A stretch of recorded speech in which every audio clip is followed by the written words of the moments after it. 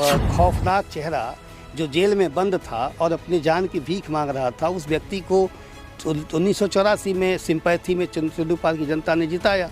और फिर युवा बाहुबली हैं, धनबली हैं, माफिया हैं, जिन पर तो कोई माफिया हमारा नेतृत्व करे तो ये हमारे लिए कलंक की बात होनी चाहिए, गौरव की बात कैसे हो सकती है। कोई व्यक्ति, इस नाते मैं कह रहा हूँ कि इस माटी का दुर्भाग्य रहा कि यह माटी फिराक गोरखपुरी के नाते नहीं जानी गई, यह माटी पंडित रामबली मिश्रा और पंडित भृगुनाथ चतुर्वेदी के नाते नहीं जानी गई, यह माटी करपाती जी महाराज के नाते नहीं जानी गई। यह माटी अगर उनके नाते जानी जा रही है तो ये हम नौजवानों के लिए और आने वाली पीढ़ियों के लिए रोल मॉडल तो नहीं हो सकते वो हमारे। और ऐसे नकारा, अक्षम और अकड़बड़ व्यक्ति को अगर जनता, अगर समाजवादी पार्टी यहाँ विधायक बनाने जा रही है, उनको मुबारक। चंद्रू पाल कह रहे हैं कि कमल खिलाने जा रही है। आप कह रहे हैं अखिलेश यादव को भी सियासत की समझ नहीं है। आप जिनको नकारा, अक्षम, अकर्मण्य कह रहे हैं, उनको उनका हाथ पकड़ के ऐसे विनिंग मुद्रा में अखिलेश यादव हाथ उठा रहे हैं मंच से। हाथ उठाने से कोई विधायक नहीं बनता, जनता के बटन दबाने से कोई विधायक बनता है। और जनता की नब्ज न अखिलेश जी पहचान पा रहे हैं और जिनको उन्होंने चंद्रू पाल में भेजा न वो पहचान पा रहे हैं।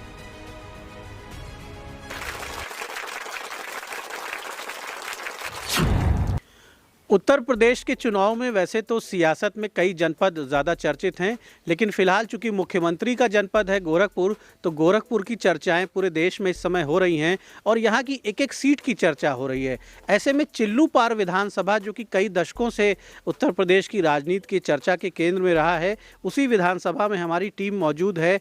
और ये खोपापार गाँव है। खोपापार गाँव ऐतिहासिक गांव है, स्वतंत्रता संग्राम सेनानियों का गांव है। ब्रिटिश हुकूमत ने आज़ादी के मतवालों का बड़ा उत्पीड़न इस गांव में किया था, क्योंकि यहां पर पंडित रामबली मिश्र और उनकी धर्मपत्नी, ये दोनों बड़े स्वतंत्रता संग्राम सेनानी थे। यहाँ पर चरखे बनाए जाते थे, जो कि अंग्रेज़ों के खिलाफ जब असहयोग आंदोलन हुआ और गांधी जी से प्रभावित हो गए लोग सूत काटते थे, आत्मनिर्भर होना चाहते थे, तो उस आंदोलन को भी अंग्रेज़ों ने प्रभावित किया था और इस गाँव में अंग्रेज़ों ने आगजनी भी की थी। आज इस गाँव में हमें यहाँ पर बीजेपी के नेता राजेश त्रिपाठी जी मिल गए हैं, जो कि 2 बार विधायक रह चुके हैं और इस पूरे क्षेत्र में ही नहीं, पूर्वांचल में जो सबसे चर्चित नेता माने जाते हैं, हरिशंकर तिवारी, जिनकी धमक, जिनकी चर्चा पूरे उत्तर प्रदेश में होती है, उन्हें 2 बार इन्होंने चुनाव हराया था। तो ऐसे में इन्हें भी सियासत का एक बड़ा धुरंधर ही कहा जाएगा। त्रिपाठी जी, बहुत बहुत स्वागत है आपका द इंडियन ओपिनियन में। हालांकि बड़े सीधे सज्जन हैं तिवारी जी, इनको त्रिपाठी जी, मतलब धुरंधर शब्द जो है तो आमतौर पे जो लोग बड़े बाहुबली और माफिया जैसे होते हैं उनके लिए लोग प्रयोग करते हैं, लेकिन मैं ये कहूँगा कि कुशल राजनीतिज्ञ हैं। त्रिपाठी जी, बहुत बहुत स्वागत है आपका। भी स्वागत है हमारी। इस गांव के बारे में जरा संक्षेप में बताएं, क्योंकि इस गांव की कहानी बड़ी रोचक है, तो लोग जाने इस गाँव को। इस गाँव ने बड़ा योगदान दिया है देश की स्वतंत्रता में। ये जहाँ हम लोग खड़े हैं, ये वीरों की धरती है, स्वतंत्रता संग्राम सेनानियों की धरती है, साहित्यकारों की धरती है। हम लोग खोपापार में हैं। 1942 के आंदोलन में इस गांव ने अलख जगाई थी गांधी जी के आह्वान पर। पंडित रामबली मिश्रा जी यहाँ संस्कृत का शिक्षक थे, विद्यालय चलाते थे और आज़ादी की लड़ाई में कूदे वो। और फिर चरखा यहाँ बनाया जाने लगा, गांव-गांव चरखा यहाँ से बट के जाता था और वो एक सब प्रेरणा का एक आंदोलन बनता था, जन जागरूकता होती थी उससे। अंग्रेज़ों को ये बात पता लगी थी और रामबली मिश्रा जी को गिरफ्तार कर लिया गया था, उनकी पत्नी को गिरफ्तार कर लिया गया था, उनके पूरे स्कूल को तहस-नहस कर दिया गया था, पूरे गांव को आग लगा दी गई थी, उनके चरखे के जो घर था जहां बनता था वहां आग लगा दी गई थी। एक गजब का आतंक का स्थिति थी यहाँ पर। और वहाँ से फिर भारत आज़ाद हुआ था जब 1947 में। तो 1957 में यहाँ से वो चिल्लूपाल से उनकी पत्नी श्रीमती कैलाशवती देवी यहाँ से विधायक भी हुई थी एक बार।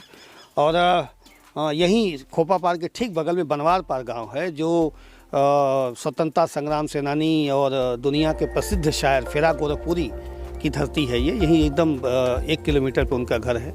तो ये अपने आप में अनूठी धरती है। ये जहाँ आप आए हैं, आपका स्वागत है। निसंदेह अनूठी धरती है, जहाँ पर ऐसे स्वतंत्रता संग्राम सेनानी और ऐसे बड़े शायर फिराक गोरखपुरी साहब का भी केंद्र है ये। तो इस धरती पर आना हम सब के लिए भी एक सौभाग्य की बात है। मैं ज़रूर इसको मानूंगा, स्वीकार करूंगा। और एक ऐसे सियासत के महारथी भी हैं। तो आप ऐसे ही घूमते हैं बिना सुरक्षा के? आपके आसपास मुझे कोई बंदूकधारी भी नहीं दिख रहा है, क्या वजह है? मैं स्मशान घाट का भोलेनाथ का भक्त हूँ, भक्त बनने की राह पर हूँ। भक्त बन जाता तो क्या पूछना। तो मौत तो तय है, जिस दिन जन्म लिया उसी दिन तय हो गया था मरना है। और दो बार मेरी राजनीतिक पारी जब शुरू किया तो मेरे राजनीतिक प्रतिद्वंदियों ने दो बार मेरी हत्या की सुपारी दिया। दो बार मेरी हत्या का प्रयास हुआ, मेरे चैतन्य का प्रयास हुआ, फिर भी ऊपर वाले ने बचाया। तो यानी तय हो गया कि मारने वाले से हमेशा बचाने वाला बड़ा होता है। तो इसलिए बिल्कुल ऊपर वाले के भरोसे हूँ और जब जनता जनार्दन के बीच में हूँ, मरना तो है ही एक दिन, उसके लिए क्या। अच्छा, हरिशंकर तिवारी जी के खिलाफ जब आपने पहला चुनाव लड़ने का फैसला किया, उस समय कैसा व्यक्तित्व था उनका और चर्चा कैसी होती थी उनके बारे में? देखिए, इस धरती का लोग उनको न जाने किन किन, अभी आपने शब्द इस्तेमाल किया धुरंधर का, मैं नहीं मानता। इस माटी का दुर्भाग्य है, जिस माटी में फिराक गोरखपुरी दिया हो, सल्यूट करने का जिस माटी ने पंडित रामबली मिश्रा दिया हो, जिस माटी ने पंडित राम लखन शुक्ला जैसा स्वतंत्रता संग्राम सेनानी दिया था, जो ब्रिटिश की गोलियां चल रही थी और थाने पर चढ़ करके तिरंगा फहरा दिया था जिस व्यक्ति ने, वो ये वीरों की धरती है। जिस धरती पर मतलब एक से एक करपाती जी ऐसा विश्व प्रसिद्ध संत पैदा हुआ हो, जिस धरती पर स्वामी जो है प्रथम पौहारी महाराज जी ने तपस्या किया हो, जिस धरती पर राम कभी जिस धरती से होकर के अयोध्या गए हों माँ जानकी को लेके, ये पौराणिक और ऐतिहासिक धरती उनके नाम से नहीं जानी गई। 1984 में व्यक्ति जेल में बंद होता है अपराध में। अपराध जगत का एक जो है वो खौफनाक चेहरा जो जेल में बंद था और अपनी जान की भीख मांग रहा था, उस व्यक्ति को 1984 में सिंपैथी में चिल्लूपार की जनता ने जिताया। और फिर युवा बाहुबली हैं, धनबली हैं, माफिया हैं, जिन पर तो कोई माफिया हमारा नेतृत्व करे तो ये हमारे लिए कलंक की बात होनी चाहिए, गौरव की बात कैसे हो सकती है। कोई व्यक्ति, इस नाते मैं कह रहा हूँ कि इस माटी का दुर्भाग्य रहा कि यह माटी फिराक गोरखपुरी के नाते नहीं जानी गई, यह माटी पंडित रामबली मिश्रा और पंडित भृगुनाथ चतुर्वेदी के नाते नहीं जानी गई, यह माटी करपाती जी महाराज के नाते नहीं जानी गई। यह माटी अगर उनके नाते जानी जा रही है तो ये हम नौजवानों के लिए और आने वाली पीढ़ियों के लिए रोल मॉडल तो नहीं हो सकते। वो हमारे दुनिया का कोई ऐसा बाप नहीं जो अपने बेटे को अपराधी बनाना चाहे, दुनिया का कोई ऐसी माँ नहीं है जो अपने बेटे को अपराध की दुनिया भेजना चाहे, कोई पत्नी नहीं चाहती। तो फिर हम चिल्लूपार के लोग क्यों चाहेंगे कि ऐसे लोग हमारा नेतृत्व करें। तो ये हमारे लिए गौरव की बात नहीं है, होगी जिनके लिए होगी उनके लिए होगी।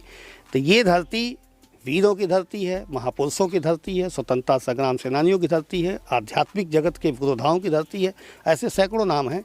तो ये वो धरती है।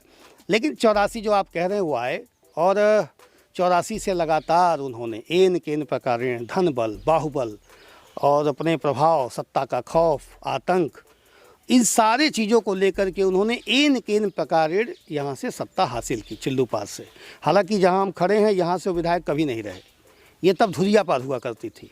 ये धरती 2012 में चिल्लूपार से जुड़ी है, तो ये धुरियापार था और वो चिल्लूपार था, वो चिल्लूपार से हुआ करती, लेकिन नाम चिल्लूपार अब आ गया है इसलिए कहा जाता है। लेकिन यहाँ के लोगों ने उनको तो जब पहली बार वो यहाँ चुनाव लड़ने आए तो उनको तीसरे पे ढकेल के 45,000 पे सिमटा दिया, तो यहाँ के लोगों ने तो नकार दिया था। लेकिन ये सही है कि ये अपराध में उनका था और बीच में फिर वो जो आपराधिक पारी थी उसके बाद उन्होंने राजनीतिक पारी जब शुरू की तो उस राजनीतिक पारी में उन्होंने सत्ता के धुरी में आए, केंद्र में आए और सरकारों को बनाने बिगाड़ने लगे, निर्दल रहते थे। आपने साहस कैसे जुटाया, उनके विरुद्ध खड़े होने का साहस, वो संबल, वो आत्मबल कैसे आपने जुटाया? मैं ये कह सकता हूँ कि एक आध्यात्मिक माता पिता से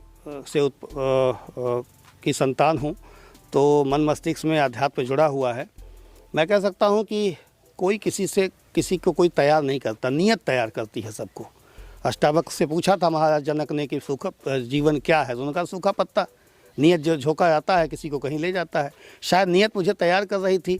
जब मैं पत्रकारिता 1952 में शुरू किया तो यहाँ के पत्रकार उनके खिलाफ लिखते नहीं थे, या तो एस लिखते थे या कुछ लिखते, उनके खिलाफ किसी नेता का बयान नहीं छपता था। मैं जब आया हमने करना, मैं ये काम नहीं करूँगा। अगर हरिशंकर तिवारी जी अच्छा काम करेंगे तो मैं अगले से बेहतर लिखूंगा कि उन्होंने विकास का काम किया है, लेकिन अगर ख़राब काम करेंगे तो मैं लिखूंगा और मैंने लिखना शुरू किया और मुझे धमकियाँ मिलनी शुरू हुई, तुम्हारी कलम तोड़ जाएगी, तुम मिट्टी मिला दी जाओगे, चुटकी बजाऊंगा, तुम ख़त्म हो जाओगे। उनकी धमकियाँ मेरा साहस बढ़ाती गईं।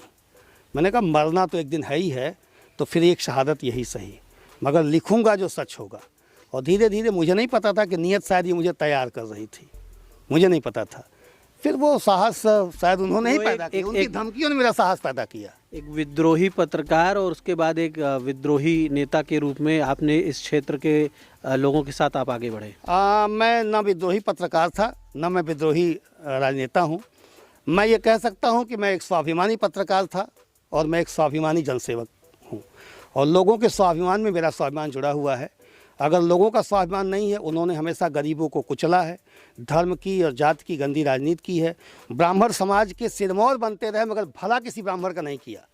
जाते जाते उनके सुपुत्र कल एक कुकर्म कर गए और एक महिला, वीडियो महिला को, उनको अखिलेश जी ने कह दिया था यहाँ के कि जाके आप जाके योगी जी के खिलाफ लड़ो, तो उन्होंने कहा अरे हमको मत लड़ाइए, मैं एक महिला देता हूँ। एक महिला जो गांव के भी घर से बाहर कभी निकली नहीं, हमेशा इस्तेमाल किया, पिताजी ने भी किया, अब उनके सुपुत्र कर रहे हैं। तो मैं कह रहा हूँ मैं विद्रोही नहीं हूँ, हाँ मैं स्वाभिमानी जरूर हूँ। तो त्रिपाठी जी स्वाभिमानी हैं, विद्रोही नहीं हैं। त्रिपाठी जी 2 चुनाव आपने उनको हराए, तो उन दोनों चुनावों में क्या समीकरण रहे और किस तरह से जनता को आपने तैयार किया कि जनता भी वो उस स्वाभिमान को दिखाने का साहस करे जो स्वाभिमान आपने दिखाया? मैं ये कह सकता हूँ कि राजनीति में जो हमने अखबार की दुनिया में रहते हुए पढ़ा, देखा, समझा, और जो आज भी नेता चुनाव लड़ना चाहता है और कहता है भाई साहब मैं लड़ना चाहता हूँ, मुझे वोट करिएगा। मेरे साथ उल्टा था। 2005 से जनता कह रही थी कि क्यों नहीं आप चुनाव लड़ते, क्योंकि मैं पत्रकारिता के साथ साथ एक सोशल वर्क करना शुरू कर दिया था। नेताजी सुभाष चंद्र बोस की प्रतिमा हम लोगों ने लगवाई यहाँ प्रेस क्लब के अध्यक्ष के रूप में रहते हुए, और तत्कालीन भारत के गृह मंत्री को मैंने बुलाया था बड़हलगंज में। तो भारत का गृह मंत्री पहली बार गोरखपुर में आए थे आज़ादी के बाद। तो उस समय मायावती जी की सरकार थी, उन्होंने पता किया ये पता करो ये कौन है जो गृह मंत्री को उतारा। उस समय लाख डाक चल रही थी केंद्र की और प्रदेश की, तो उस समय आया था, लेकिन हमारे संपर्क थे उनसे। तो भारत के कॉमरेड इंद्रजीत गुप्त जी ने यहाँ पे आए थे। और फिर उसके बाद हम लोगों ने श्मशान एक था जहाँ बड़ी दुर्व्यवस्था थी, मानव और शुकर मलों का जमवाड़ा होता था, और लोग पहले अपने परिजनों की लाश जलाने के पहले हाथ से साफ करते थे मानव और शुकर मलों को। तो वो बीभत्स स्वरूप था और मन को कचोटा था। और तब हम लोगों ने उसके लिए एक जन आंदोलन चलाया, गांव-गांव घूमे हम लोग, 20 लोगों की हम लोग की टीम थी नौजवानों की, और हर जाति हर धर्म के दस्तक दिया और वो श्मशान संवरने लगा। और ये हम लोगों ने कहा कि हमारी अंतिम जगह है, चलो अपनी अपनी जगह सजाया जाए। पब्लिक ने कहना शुरू किया यार तुम अच्छा काम करते हो, चुनाव क्यों नहीं लड़ते। मैंने कहा मैं ये काम नहीं करूँगा, क्योंकि जिनसे लड़ना था मेरे पास, मैं अपने माता पिता का इकलौता था, 100-200 रुपये रोज़ कमाने वाला छोटा सा प्रिंटिंग प्रेस चलाता था। अगले मेरे पास घर में न तब था, न आज भी मिनिस्टर और विधायक होने के बाद भी आज भी मेरे घर में कोई असलाह नहीं है, सब्जी वाला चाकू है केवल, जिससे मेरी पत्नी काटती है। आज भी असलाह नहीं है। सर डीएम ने कहा था असलाह ले लो, हमने कहा क्या करूँगा असलाह लेके। तो मैंने कहा कि मैं कहाँ लड़ सकता हूँ। पब्लिक 2 साल लगातार लड़िए आप, लड़िए आप, लड़िए आप, लड़िए आप। और फिर ऑफर आता है मुझे, उस समय बीएसपी की मुखिया थी सुश्री मायावती जी, उनकी तरफ से ऑफर आया कि अगर वो पूछो, अगर वो हाँ कर दे तो बिना पैसे को उसको टिकट दूंगी। तो संयोग से चूंकि मेरे धर्मगुरु रहे हैं और मेरा, वो तो कहती हैं सबको बिना पैसे के देते, आप तो एक राज खोल दे रहे हैं। बिल्कुल वो पैसे पे टिकट देती हैं। और हमारा टिकट उन्होंने 2016 में जो काटा था वो 7 करोड़ रुपया लेकर के काटा था, बाद में 5 करोड़, 12 करोड़ में चिल्लू पार का टिकट बेचा था उन्होंने, और जिनको छोड़ करके महोदय अब सपा में चले गए हैं। यानी वो उसका रेट नीलामी में सबसे ऊंचा गया था। आज भी रेट बहुत डाउन होने के बाद भी करोड़ों में रेट है, आज भी है। हाँ लेकिन ये सही है कि मैंने नहीं दिया है, क्योंकि उनको ज़रूरत थी। उन्होंने कहा अगर वो आ जाए तो दे दूंगी। हमने कहा कि ठीक है लड़ लेते हैं। जनता ने कहा लड़ो, लड़ लिया। और मैंने नहीं हराया, चिल्लू पार की महान जनता ने उन्हें कहा कि अब आप कर चुके, अब आप किसी और को सेवा करने दीजिए। मैंने किया। तो पिछला चुनाव कैसे हार गए आप? इतने लोकप्रिय थे, क्या वजह रही? मैं लोकप्रिय हूँ कि नहीं मुझे नहीं पता, बस मैं चलता रहता हूँ, बाकी जनता जाने। और मुझे लगता है कि जनता ने मुझे जिताया। चिल्लू पार में 2012 में Bharatiya Janata party 16,000 vote highest vote था, चिल्लूपार में 2012 में। और 2017 का चुनाव जब मैं हारा हूँ तो भारतीय जनता पार्टी यहाँ 75,000 वोट पाई है। तो 16,000 से 75,000 ये बता रहा है कि जनता ने जीतने वाला वोट दिया था। मैं 2012 में चुनाव लड़ा था तो 62,000 वोट पा के जीता था। मैं 2007 में लड़ा था 54,000 वोट पा के जीता था। तो 54,000, 62,000, 75,000, यानी जनता लगातार मुझे पसंद कर रही थी। दुर्भाग्य मेरा और शायद उनके तकदीर में रहा होगा, विधायकी रही होगी, और जो उन्होंने कुकर्म किया था 2-3 न्याय पंचायतों में जो बूथ कैप्चरिंग की थी, सपा के शासन में अखिलेश जी ने उस बूथ कैप्चरिंग को रोकने में सफलता नहीं पाई, यह भी ये कर रहा होगा। और मैं करीब 15 दिन मैं घर से निकल नहीं पाया, मेरा पैर टूट गया था, मैं जा नहीं पाया लोगों तक, और उसका उन्होंने अफवाह उड़ाई और कुछ बूथ कैप्चरिंग किया उन्होंने, वरना जनता तो जिताई है मुझे। अच्छा, इस बार का जो चुनाव होने जा रहा है, इस बार के चुनाव में तो समाजवादी पार्टी को लोग कह रहे हैं कि थोड़ा मजबूत दिख रही है। तमाम खुद को जातियों का बड़ा नेता कहने वाले अलग अलग जातियों के लोग भी अखिलेश यादव की ओर चले गए हैं। क्या प्रभाव पड़ेगा और आप क्या उम्मीद कर रहे हैं, किस तरह का संघर्ष आप देख रहे हैं? चिल्लूपार बुरी तरीके से समाजवादी पार्टी हार रही है, जिसे वो कैंडिडेट बना के भेजे हैं। उन्होंने अपने पैर पे खुले कुल्हाड़ी मार लिया है। उन्होंने जिसको बना के भेजा है 5 साल वो चिल्लूपार में दिखाई नहीं दिए। उन लोगों को लगा था कि चलो यार पिता हरिशंकर तिवारी जी का बेटा है तो कुछ उनका गुण कुछ होगा, वो क्षेत्र में आते जाते थे, ये सही रहा है तो लगा होगा। लेकिन ये 5 साल तो बदली के चाँद की तरह कभी दिखे कभी नहीं दिखे, कार्य कोई उन्होंने किया नहीं। जनता के स्वाभिमान बड़ा होना चाहिए, जनता के विकास के लिए होता है। हम जनसेवक हैं, हमारा काम पोस्टमैन की तरह एक एक बात को सरकार तक ले जाना और सरकार की योजनाओं को यहाँ तक लाना।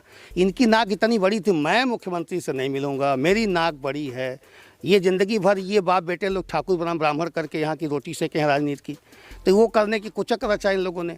तो जनता इनके बहकावे में जो 5 साल ये छलावा करके आए थे, जनता इनकी सच्चाई जान चुकी है, तो पूरी तरीके से इनको नकार चुकी है। और ऐसे नकारा, अक्षम और अकड़बड़ व्यक्ति को अगर समाजवादी पार्टी यहाँ विधायक बनाने जा रही है, उनको मुबारक। आप कह रहे हैं कि आप कह रहे हैं अखिलेश यादव को भी सियासत की समझ नहीं है। आप जिनको नकारा, अक्षम, अकर्मण्य कह रहे हैं, उनको उनका हाथ पकड़ के ऐसे विनिंग मुद्रा में अखिलेश यादव हाथ उठा रहे हैं मंच से। हाथ उठाने से कोई विधायक नहीं बनता। जनता के बटन दबाने से कोई विधायक बनता है। और जनता की नब्ज न अखिलेश जी पहचान पा रहे हैं और जिनको उन्होंने चिल्लूपार में भेजा न वो पहचान पा रहे हैं, मैं ये कह सकता हूँ। तो राजेश त्रिपाठी जी जो हैं ये बड़े अनुभवी हैं, सीधे सज्जन दिखते हैं, संत के वेश में हैं, और लेकिन राजनीति के भी जो राजनीति की जटिलताएं हैं उनके विशेषज्ञ हैं। और चिल्लूपार विधानसभा में हरिशंकर तिवारी जैसे सशक्त व्यक्तित्व को, जिसको लोग माफिया भी कहते थे, बाहुबली भी कहते थे, अलग अलग नामों से, अलग अलग संज्ञाओं से लोग उन्हें पुकारते थे, उनको इन्होंने 2 बार चुनाव हराया है। और बड़ी मुश्किल से एक कठिन संघर्ष में उनके बेटे पिछला चुनाव जीत गए थे। इस बार भी काफ़ी ऊंचा मनोबल है इनका। और चूँकि पत्रकारिता से भी जुड़े रहे हैं तो भाषा, व्यवहार, इन सारी चीज़ों में भी किसी से कम नहीं हैं और क्षेत्र में सक्रिय बने हुए हैं। तो चिल्लूपार का जो चुनाव है, जो लोग एक तरफा मान के चल रहे हैं, उनकी भूल होगी। ज़रूर एक रोचक चुनाव, एक रोचक और संघर्षपूर्ण प्रतिस्पर्धा यहाँ पर दिखाई देगी। द इंडियन ओपिनियन के लिए गोरखपुर के चिल्लूपार क्षेत्र से दीपक मिश्रा।